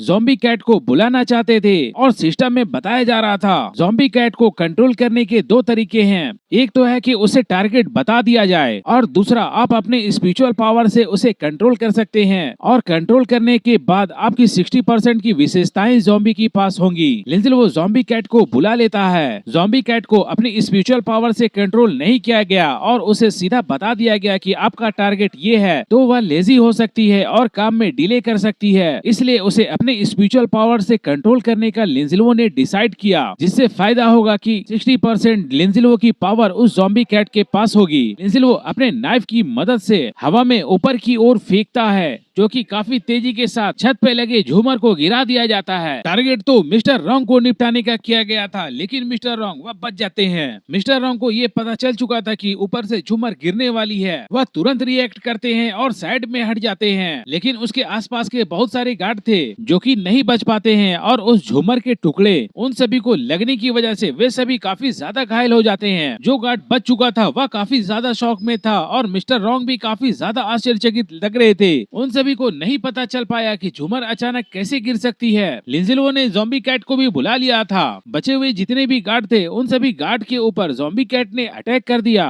लिंजिलो भी अपने स्वॉर्ड के साथ काफी स्पीड के साथ बहुत सारे गार्ड को मारते जा रहा था। ली विंसेंट के जितने भी गार्ड थे वे सभी लिंजिलो का सामना नहीं कर पा रहे थे, उनकी हालत खराब हो चुकी थी। कुछ देर बाद लिंजिलो उन सभी का काम तमाम कर दिया। ज़ॉम्बी कैट जिसे भी मारता था, जिसे भी खरोचता था, उसका ब्लड बहना बंद नहीं होता था, जिसकी वजह से वह काफी कमजोर हो जाया करता था। लिंजिलो अब गायब होना छोड़ देता है, वह अपने आप को शो कर देता है, लेकिन जैसे ही मिस्टर रॉन्ग ने लिंजिलो की ओर देखा, लिंजिलो के कुछ नाम और डिटेल्स इंफॉर्मेशन नहीं मिल पा रहे थे, वह और भी ज्यादा घबरा चुके थे। ये कैसे हो सकता है, मैं इसकी इंफॉर्मेशन क्यों नहीं देख सकता? मिस्टर रॉन्ग काफी गुस्से के साथ कह रहे थे, ये कैसे हो पा रहा है, मैं सामने वाले की इंफॉर्मेशन क्यों नहीं देख पा रहा हूँ? तुम्हारी पहचान क्या है, कौन हो तुम, क्यों अटैक कर रहे हो? मिस्टर रॉन्ग लिंजिलो के बारे में जानना चाहते थे। लिंजिलो सोच रहे थे अभी यह आदमी उतना ज्यादा स्किलफुल नहीं है जितना ये फ्यूचर में बाद में जाकर हो जाता, मैंने तो इसे कुछ ज्यादा ही समझ लिया था। लिंजिलो तो वहाँ के लोगों को ऐसे मार रहे थे जैसे कि वह टहलने के लिए निकले हों, बाकी जितने भी लोग हैं वे सभी तो विरोध भी नहीं कर पा रहे थे। यहाँ तक कि मिस्टर रॉन्ग की भी फट चुकी थी, उसके आंखों के सामने उसके लोगों को मारा जा रहा है और वह कुछ नहीं कर पा रहे हैं। लिंजिलो ने देखा कि अब इन लोगों पे टाइम वेस्ट करने की जरूरत नहीं है, ये काफी बेकार लोग हैं, मैंने तो इन्हें काफी ज्यादा पावरफुल समझ रखा था। इन सभी का जितनी जल्दी से जल्दी हो सके चैप्टर क्लोज कर देना है। सारे गार्ड्स को काफी स्पीड के साथ मारते हुए वह तुरंत चला जाता है मिस्टर रॉन्ग के पास में। मिस्टर रॉन्ग जो कि पहले ही से डर चुके थे, लिंजिलो जब उसके बगल में भी आ जाता है तब भी वह कुछ नहीं कर पा रहा था। वह तो बहुत ही ज्यादा डर चुका था। वह अब कुछ बोल भी नहीं पा रहा था, वह सिर्फ हकला रहा था। उसके आंखों के सामने उसके सारे साथियों को मार दिया गया। वह तुरंत घुटनों के बल चला आता है। मिस्टर रॉन्गजंग वह फाइट करने की भी हिम्मत खो चुके थे। वह जानते थे कि लिंजिलो से अब जीता नहीं जा सकता। उन्होंने ये मान लिया था कि लिंजिलो काफी ज्यादा पावरफुल है। मिस्टर रॉन्ग फाइट किए बिना घुटनों के बल आ चुके थे। लिंजिलो सोच रहे थे ये तो काफी ज्यादा पावरफुल हुआ करता था, लेकिन अभी ये उतना ज्यादा पावरफुल नहीं है। लिंजिलो अपने ज़ॉम्बी बिल्ली को ली हाओबो और बाकी लोगों को खोजने के लिए भेज देता है और दिखाया गया कि रिवेंज वॉल के बाहर कोई भी नहीं गया है। जितने भी लोग थे वे सभी अभी भी विला के अंदर में हैं। लिंजिलो उसके कंधे के ऊपर पैर रखते हुए वह कह रहा था, हंटर मर्सनरी ग्रुप का लीडर मिस्टर रॉन्ग अब तुम्हारा वक्त आ गया है। मिस्टर रॉन्ग के साथ में जितने भी गार्ड्स थे उन सभी का तो चैप्टर क्लोज हो गया है। अब मिस्टर रॉन्ग का चैप्टर क्लोज होना बाकी है। मिस्टर रॉन्ग काफी सुस्त आवाज में कह रहे थे, हमारे सारे हंटर मर्सनरी ग्रुप के लोग मारे गए हैं। क्या मैं अब भी हंटर मर्सनरी ग्रुप का लीडर कहलाऊंगा? लिंजिलो भी सोच रहे थे, अरे हाँ, मैंने तो उसके सारे आदमियों को उसी के सामने मार दिया, इसकी सालों की मेहनत को बर्बाद कर दिया और थोड़ा थोड़ा करके इसके सारे रेजिस्टेंस को खत्म कर दिया। इस तरह का रिवेंज लेना ये तो काफी हाई स्टेज का रिवेंज कहलाएगा। मिस्टर रॉन्ग काफी जल्दबाजी में पूछ रहे थे, तुम कौन हो, तुम कौन हो, मुझे अपना नाम तो बताओ। क्या मैं मरने से पहले अपने मारने वाले का नाम नहीं जान सकता? लिंजिलो काफी इविल तरीके से कह रहे थे, क्या आपको मरने से पहले कुछ जानने की जरूरत है? मरने से पहले हमारे बारे में जानकर क्या करोगे? मिस्टर रॉन्ग लिंजिलो के जवाब से काफी ज्यादा कंफ्यूज हो गए। लिंजिलो जान रहे थे अगर मैं इसे अपने बारे में नहीं बताऊंगा तो ये शांति से मर भी नहीं पाएगा, इसीलिए लिंजिलो ने उसे मारने से पहले अपने बारे में नहीं बताया। लिंजिलो ने ज्यादा कुछ नहीं सोचा, वह बस अपना स्वॉर्ड उठाया और उसके गर्दन पे फेर दिया। अब जाकर एक बड़े दुश्मन का चैप्टर क्लोज हुआ। पिछले जीवन का काफी बड़ा दुश्मन मारा गया। अगर यह इस बार भी पावरफुल हो जाता तो लिंजिलो के लिए काफी परेशानियां हो सकती थी। वह उसकी तरफ देखते हुए कह रहे थे, मुझे आज भी याद है आपने मुझे जमीन पे गिरा दिया था। काफी अहंकारी होते हुए मुझे चोटी कह रहे थे। अब कहो मैं अनाथ हूँ, मैं एक बेकार व्यक्ति हूँ। अब भी कहो कि मैं ली परिवार के अधिकार को चुनौती कैसे दे सकता हूँ। लिंजिलो उसे अपने पैरों से और भी ज्यादा पीट रहे थे और कह रहे थे, जब किसी को मारा जाता है तो ज्यादा बेकार की बातें नहीं की जाती है। मिस्टर रॉन्ग वह मरने के बाद भी उसकी आंखें खुली हुई थी। मिस्टर रॉन्ग का चैप्टर क्लोज कर दिया गया है। अब ली परिवार का एक शक्तिशाली व्यक्ति मार दिया गया है। ली परिवार की एक शक्तिशाली हाथ को काट दिया गया है। फ्यूचर में ली परिवार से निपटना मेरे लिए और भी ज्यादा आसान हो जाएगा। तभी लिंजिलो एक दरवाजे के पास चले आते हैं। वह अभी भी ज्यादा खुश नहीं हो सकते हैं क्योंकि अभी भी ली हाओबो जिंदा है। अभी तो ली हाओबो का चैप्टर क्लोज करना बाकी है। ये कंफर्म करने के बाद कि सारे लोग मर चुके हैं, वह कॉन्फिडेंस के साथ बाहर निकल रहे थे। ली परिवार के बहुत सारे गार्ड मारे जा चुके हैं। उन सभी की डेड बॉडीज इधर उधर बिखरी पड़ी थी। जैसा कि लिंजिलो ने ज़ॉम्बी कैट को ली हाओबो के पीछे भेज दिया था ली हाओबो को खोजने के लिए। अब ज़ॉम्बी कैट का इशारा आ गया है। ज़ॉम्बी कैट ने उसे बता दिया है जिस जगह पे ली हाओबो छुपे हुए थे। लिंजिलो उस दरवाजे के पास चला आता है। पता चला कि वे लोग तो ली फैमिली के तहखाने में छुपे हुए हैं। ली हाओबो काफी घबराते हुए कह रहा था, अंकल झांग क्या वह व्यक्ति यहाँ तक चला आएगा? बटलर झांग वह उसे समझाते हुए कह रहे थे कि नहीं, मिस्टर रॉन्ग उन्हें मार देंगे, वह मिस्टर रॉन्ग से नहीं जीत पाएंगे। तभी अचानक तहखाने के दरवाजे पे आवाज आती है। अभी तक लिंजिलो तहखाने के अंदर आया भी नहीं है और ली हाओबो की काफी ज्यादा फट चुकी थी। वह काफी घबराते हुए कह रहा था, ये वही है, ये वही है, ये लिंजिलो का मददगार है। उसने पहले याओ जिंगान को मार दिया, अब वह मुझे मारने के लिए आया है। बटलर उसे समझाते हुए कह रहा था, युवा मास्टर अभी घबराए नहीं, अभी तक वह यहाँ नहीं आया है। मुझे नहीं पता कि मेरे और याओ के रिश्ते के बारे में उसे कैसे पता चला। मुझे ये भी नहीं पता कि उसे इतना शक्तिशाली हथियारा कहाँ से मिल गया। बटलर कह रहे थे, क्या ऐसा हो सकता है उसका फादर लिंजियान उसके लिए बैकअप छोड़ दिया हो? ली हाओबो बता रहा था, ऐसा तो नहीं होना चाहिए। हमने जब उसे मारा था उसके परिवार के सारे जड़ों को उखाड़ दिया था। लिंजियान का बैकअप प्लान बनाना ये तो असंभव है। अगर उस मुखिया ने हम लोगों को नहीं रोका होता कि लिन परिवार के वंश को बनाए रखना है तो हम लोगों ने लिंजिलो को काफी पहले मार दिया होता। लिंजिलो को तो काफी पहले मर जाना चाहिए था। ये सारा कुछ, ये सारी बातें लिंजिलो सुन रहा था। वह इस वक्त ठीक तहखाने के दरवाजे के बाहर में था। लिंजिलो सारी बातें सुनने के बाद वह समझ चुके थे और वह कह रहे थे, अच्छा तो ऐसा है। अभी ली हाओबो की आवाज आ रही थी, वह लिंजिलो है। अभी लिंजिलो की आवाज आई थी, वह यहाँ क्यों है, वह यहाँ कैसे आ गया? लिंजिलो ने काफी शांति के साथ कहा, इससे ये पता चलता है कि मैं काफी लंबे समय से आपके निशाने पे हूँ, तुम मुझे मारना चाहते थे और मेरे बारे में बहुत सारी कहानियां तुझे पता है। लिहावो अंदर से तो काफी ज्यादा डर चुका था, लेकिन वह ऐसा शो कर रहा था कि वह डरा नहीं है। वह कह रहा था, लिंजिलो तुझे काफी पहले मार देना चाहिए था, मुझे किसी व्यक्ति को मारने के लिए भेजना चाहिए था। लिंजिलो भी पूछ रहे थे, मैं काफी उत्सुक हूँ जानने के लिए लिंजियान कौन है, ली परिवार के लोग लिन फैमिली के लोगों को क्यों मारना चाहते हैं। दरवाजे के दूसरे साइड से लिहाबो वह बता रहा था, तुम अनाथ हो, तुम्हें तो अपने फादर के बारे में भी नहीं पता है, तुम्हारे साथ ये सही हुआ है, तुम इसी के लायक हो। जब मेरे पापा प्रमोशन के बिल्कुल करीब थे, तब लिंजियान ने मेरे पापा के अगेंस्ट जबरदस्ती एक कंप्लेंट फाइल कर दी थी। इसके वजह से हमारे ली फैमिली के सालों की प्लानिंग पूरी तरह से बिगड़ गई थी, जिसके वजह से हम लोगों को काफी गुस्सा आया। इस तरह से तो लिन फैमिली को पूरी तरह से खत्म हो जाना चाहिए। अगर उस चीफ ने आकर बीच में हम लोगों को रोका नहीं होता, तो फिर तुझ जैसे घटिया इंसान लिन फैमिली का एक अकेला इंसान कैसे बचा रह सकता था। मुझे तो बस सिर्फ एक चीज जानना है कि तू कौन से बड़े बैकअप के साथ आया है। अगर तुम्हारा बैकअप ना होता तो मैं अपने बॉडीगार्ड को भेजकर तुझे कब का मरवा देता। लिहाबो काफी डरा हुआ था, वह अपने डर को मिटाने के लिए सिर्फ धमकियों का इस्तेमाल कर रहा था। लिंजिलो ने भी जवाब में कहा कि आपने जो कहा है वह किसी काम का नहीं है, आप कुछ कहे या न कहे मैं आपके ली परिवार को पूरी तरह से खत्म कर दूंगा। लिहाबो ने जब सुना कि लिंजिलो अकेला कह रहा है कि मैं पूरे ली फैमिली को खत्म कर दूंगा, वह काफी जोर से हंसने लगा। क्या आप अकेला ली फैमिली को खत्म करना चाहते हैं? तभी अचानक दरवाजा टूटने की साउंड आती है। दरवाजे पे जोर लगाया जा रहा था, वह तहखाने का डोर कभी भी टूट सकती थी। लिंजिलो ने उस तहखाने के डोर को तोड़ने के लिए सिर्फ एक लात मारा और वह दरवाजा टूट गया। दूसरी साइड टकला बटलर भी तैयार था लिंजिलो से फाइट करने के लिए। वह लिंजिलो को मारने के लिए मुक्का उठाता है। वह अपने मुक्के से लिंजिलो को मारने ही वाला था, लेकिन लिंजिलो तो काफी ज्यादा फास्ट था। टकला बटलर के आ रहे मुक्के को काफी आसानी के साथ वह डॉज कर लेता है। ज़ॉम्बी बिल्ली अचानक काफी तेजी के साथ में बटलर जांग का चैप्टर क्लोज करने के लिए बढ़ रही थी, लेकिन तभी बटलर जांग ने एक मुक्का उस ज़ॉम्बी बिल्ली को मार दिया,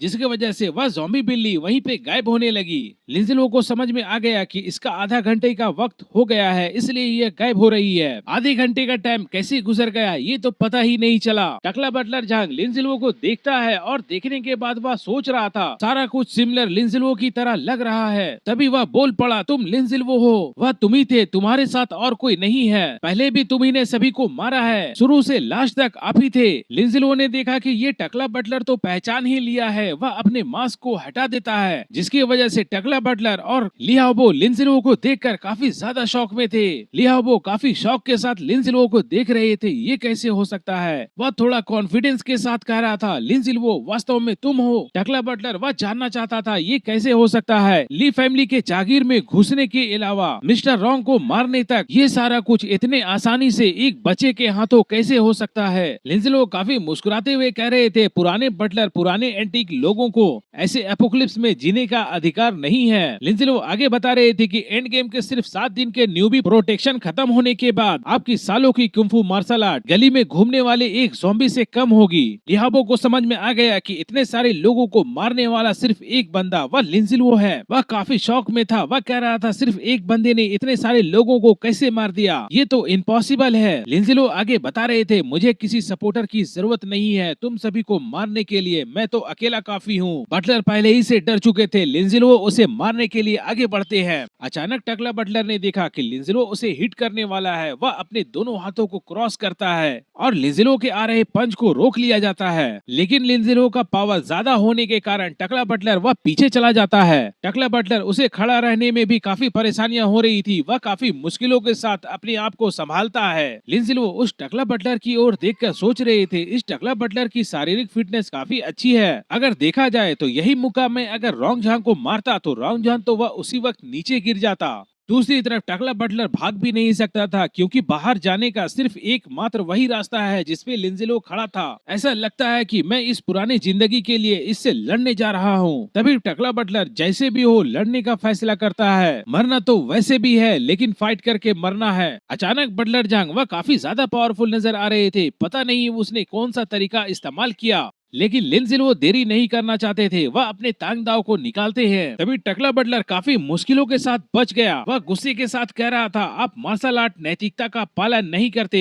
लिंजिलो बता रहे थे, आप नैतिकता की बात करते हैं तो ज़ॉम्बियों से नैतिकता की बात क्यों नहीं पूछते। फिर से अपने स्वॉर्ड का अटैक करते हुए लिंजिलो कह रहे थे, मुझे आपका चैप्टर क्लोज करना है, तो क्या मुझे किसी से पूछना होगा? क्या आपके पूर्वजों से मुझे पूछना होगा? इस बार लिंजिलो ने जो अटैक किया था वह विस्फोटक डबल स्लैश अटैक था। टकला बटलर को काफी तेजी के साथ तांग दाव तलवार विस्फोटक डबल स्लैश अटैक कर देता है। एक स्लैश अटैक तो पहले आकर लग गया था, दूसरा स्लैश अटैक फिर से उसे लग जाता है। टकला बटलर के शरीर में डबल स्लैश अटैक काफी परफेक्ट तौर पे लग गया था। टकला बटलर दर्द में अपनी हाथों को पकड़ते हुए कह रहा था, ये कैसे संभव है? मैं तो 50 साल से बॉक्सिंग और किकिंग का प्रैक्टिस कर रहा हूँ, आखिर मैं एक बच्चे के हाथों कैसे हार सकता हूँ? टकला बटलर अब भी लड़ने के लिए तैयार होता है। वह कह रहा था, साला मैं अभी भी झुकेगा नहीं। जैसे ही वह कहता है, डबल स्लैश अटैक का विस्फोट काफी भयानक था, वह उसके हाथों में फट जाता है। लिंजिलो भी आगे बढ़ते हैं। उन्होंने देख लिया था कि ये अच्छा मौका है, अब इसका चैप्टर क्लोज किया जा सकता है। लिंजिलो उसके गर्दन पे स्वॉर्ड रखते हुए कह रहे थे, एक इंसान के रूप में आपको फ्यूचर के लिए कोई भी परेशानियां नहीं छोड़नी चाहिए। जो भी परेशानियां फ्यूचर में आने वाली हैं, उसे आज ही खत्म कर देना चाहिए। ये कहते हुए लिंजिलो ने टकला बटलर का चैप्टर क्लोज कर दिया और वह कह रहे थे, दुनिया पहले ही खत्म होने वाली है, एंड ऑफ वर्ल्ड आ चुकी है और तुम मार्शल आर्ट कंपटीशन करना चाहते हो, ईमानदारी से फाइट करने की बात करते हो। आज ये साबित हो चुका है कि सिर्फ पावर होने से आप इंसान नहीं बन सकते, बल्कि सिचुएशन को समझकर काम करने की जरूरत होती है। जमाने के साथ चलना पड़ता है और सिचुएशन के हिसाब से खुद को ढालना पड़ता है, नहीं तो आज बटलर जांग की तरह मौत हो सकती है। लियाओबो की भी हालत खराब हो चुकी थी। वह तो ऐसा लग रहा था कि उसने कितना ज्यादा ड्रिंक कर चुका है। वह पियंकड़ों की तरह एक्टिंग कर रहा था। लिंजिलो उसकी तरफ देखकर कह रहे थे, ये तो काफी यूजलेस टाइप का काम कर रहा है। वैसे अब इसका गेम बजाने का वक्त आ गया है। सबसे पहले अपने स्वॉर्ड को इसके पैर में घुसा देना चाहिए, कहीं यह भाग ना जाए। अचानक लियाओबो काफी घूर कर देख रहा था, जैसे कि वह लिंजिलो को मारना चाहता है। अचानक वह भीगी बिल्ली की तरह म्याऊ म्याऊ करने लगा। अचानक वह रोने की एक्टिंग कर रहा था। अभी लिंजिलो कह रहे थे, क्या तुम मरने की एक्टिंग नहीं कर रहे थे, अब तुम रोने की एक्टिंग कर रहे हो। तभी 2-4 बार और उसके पैरों में डाल दिया जाता है। अचानक उसके मुंह से म्यूजिक निकलने लगती है।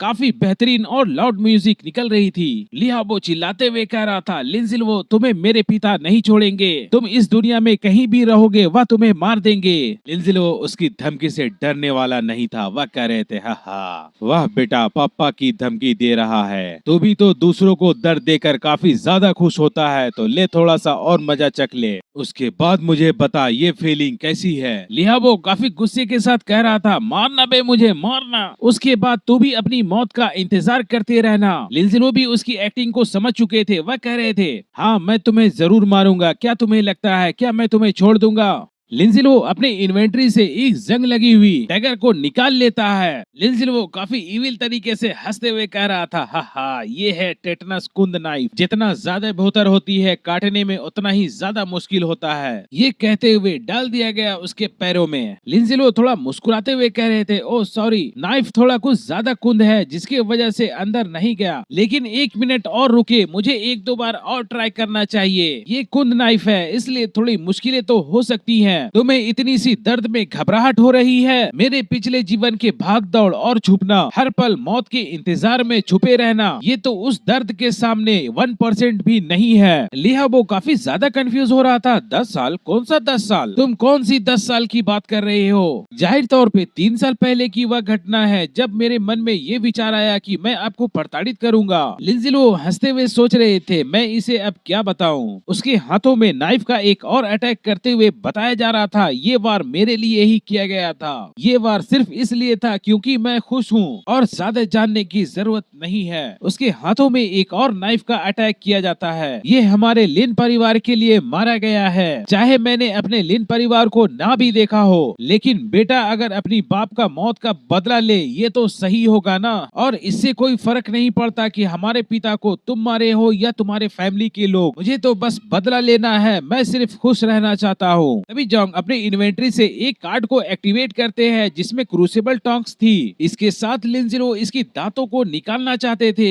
और वह कह रहे थे शुक्रिया तुम्हारा, क्योंकि ये पनिशमेंट का तरीका तुम्हारी खोज की हुई है। तुमने तो इस तरीके से कितने लोगों को तड़पा तड़पा कर मार दिया होगा, इसका तो कोई हिसाब नहीं है, मानना पड़ेगा। लोगों को तड़पाने में तुम्हारा टैलेंट काफी कमाल का है। ली हाओबो लिंडसे लोन की बातें सुनकर काफी ज्यादा शौक में था। वह सोच रहे थे ये तो मेरी मन की बातें हैं जो मैंने सोची थी। क्या ये मन की बातों को भी पढ़ सकता है या फिर जो होने वाला है या उसे भी जानता है? लिंडसे लोन ने उसे प्रताड़ित करते हुए उसके सारे दांतों को निकाल लिया, जैसा कि वह दूसरों को प्रताड़ित किया करता था। एंड ऑफ वर्ल्ड अपोकलिप्स आने के बाद जंगल कानून लागू हो गया है। जो ज्यादा पावरफुल है वह दूसरे को मार देता है। ली हाओबो ने तो पहले भी इसी तरह कई लोगों को प्रताड़ित किया था और आज जो ये टॉर्चर हो रहा है ये भी उसी का तरीका है। वह कभी भी दूसरों को इंसान नहीं समझा करता था। लिंडसे लोन ली हाओबो को बता रहे थे आपने जो पिछले जीवन में जितने सारे लोगों को टॉर्चर किया है ये तो उसका 1% भी नहीं है जो मैंने आपके साथ किया है। चलो तुम्हारे ये आधे मुर्दा आधे जिंदा हालत को देखते हुए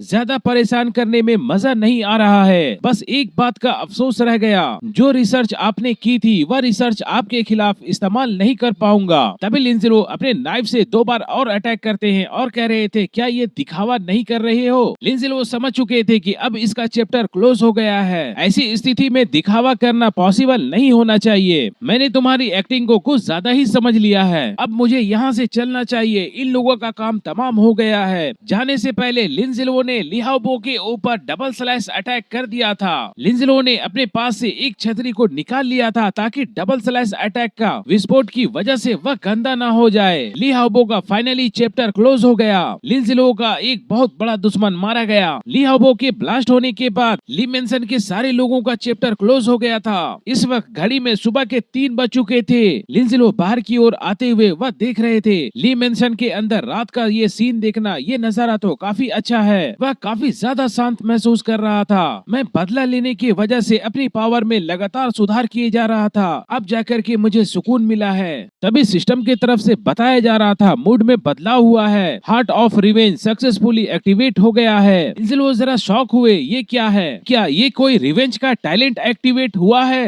तभी लिंडसे लोन उसे चेक करता है, असल में वह क्या चीज है। बताया जा रहा था टैलेंट और टैलेंट स्किल दोनों अलग अलग चीजें होती हैं। स्किल को बुक के थ्रू लर्न किया जा सकता है, लेकिन टैलेंट वह ऑटोमेटिक एक्टिवेट होती है। वह मूड, एक्सपीरियंस, इमोशन के साथ जुड़ी होती है। सिंपल शब्दों में स्किल बुक से सीखी जाती है, टैलेंट आपकी खुद की होती है। रिवेंज में क्या होता है, जब आपकी किसी से दुश्मनी हो जाती है तब आप अपने दुश्मनों के खिलाफ और भी ज्यादा पावरफुल बन जाते हो। जब आप किसी को अपना दुश्मन मान लेते हो आपकी पावर और भी ज्यादा स्ट्रॉन्ग हो जाती है। ये स्ट्रेंथ तो आपकी हेट्रेट के हिसाब से होती है। दुश्मन के खिलाफ जितना ज्यादा नफरत होगी आपकी स्ट्रेंथ उतना ज्यादा बढ़ती है। लिंडसे लोन सोच रहे थे ये तो काफी अच्छा है, हार्ट ऑफ रिवेंज होने के वजह से 20% हमारी स्ट्रेंथ बढ़ जाती है। ये तो काफी अच्छी न्यूज है। मेरे बेसिक एट्रीब्यूट वह और भी ज्यादा हाई और हाई होते जा रहे हैं और टैलेंट भी हमारी बढ़ती ही जा रही है। ये तो काफी अच्छी डील है, टैलेंट हमारी लगातार इंक्रीज हो रही है। और नोटिफिकेशन आती है आपने ली फैमिली के 269 लोगों को मारा है। रिवॉर्ड में आपको ब्रॉन्ज लेवल के इक्विपमेंट को ड्रॉ करने का मौका दिया जाता है। क्या आप रिवॉर्ड को एक्सट्रैक्ट करना चाहते हैं? तभी लिंडसे लोन ने एक्सट्रैक्ट में बटन प्रेस कर दिया।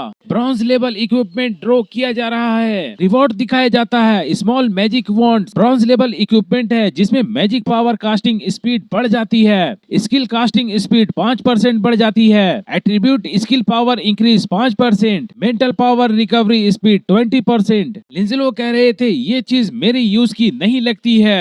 लिंडसे लोन उसे अपने बैकपैक में रख लेते हैं। वह कह रहे थे ये हमारी यूज की तो नहीं है, लेकिन मैं इसे मॉल में सेल करके अच्छे खासे पैसे कमा सकता हूँ। लिंडसे लोन के बैकपैक में काफी कुछ चीजें होती हैं। वह सोच रहे थे ऑटोमेटिक पिकअप चीट सिस्टम, ये तो काफी बेहतरीन है। कोई भी ड्रॉप पीछे छूटने का कोई चांसेस नहीं होता है। और बताया जा रहा था डूम्सडे गेम में जब आप किसी को मारते हैं तो उस शख्स के मरने के बाद उसके स्टोरेज स्पेस वह पूरी तरह से गायब हो जाते हैं। आप नहीं जान सकते कि उसके इन्वेंट्री के अंदर क्या क्या था। सिर्फ उस पर्सन के ऊपरी डेड बॉडी में अगर कुछ मिल जाए तो वही मिल सकता है, बाकी और कुछ नहीं मिल सकता। लिंडसे लोन मिस्टर रॉन्ग की डेड बॉडी में चेक करना शुरू करता है, शायद कुछ अच्छी चीज मिल जाए। रॉन्ग जंग के अवशेष में कुछ चीजें मिलती हैं, जिनमें से leather wrist band, purification necklace और रिटर्न ब्लू जो कि एक रिंग होती है। और प्यूरिफिकेशन नेकलेस के बारे में बताया जा रहा था, जो कि प्यूरिफिकेशन के लिए यूज होती है, ब्रॉन्ज लेवल इक्विपमेंट है, 12 घंटे का कूल डाउन टाइम है, स्पीड +1 हो जाती है। ये एक एडिशनल स्किल होती है, प्यूरिफिकेशन के थ्रू नेगेटिव स्टेटस को रिमूव किया जा सकता है। और हालांकि ये नेकलेस उतना ज्यादा इफेक्टिव तो नहीं होता है, ये मेडिटेशन नेकलेस की तरह है जो कि लिंजलो के पास पहले से था। हालांकि एक चीज ये होती है कि अगर इसे कॉम्बैट में अच्छे से यूज किया जा सके तो ये अच्छा होता है। और बाकी बचे 2 आइटम्स ये कुछ खास नहीं है, इन सभी को साइड में रख दिया जाए। लिंजलो एक राहत की सांस लेते हुए वह कहता है, अब यहाँ का काम खत्म हो गया, तो ठीक है, अब मुझे यहाँ से जाना चाहिए। उससे पहले लिंजलो अपने सिस्टम से कहता है, cheat system give me cheat code. अभी चीट सिस्टम वाली रिवॉर्ड तो मिलना बाकी थी, तभी डिंग की आवाज आती है, golden finger cheat system draw हो रहा है। Golden finger cheat system draw हो चुका है।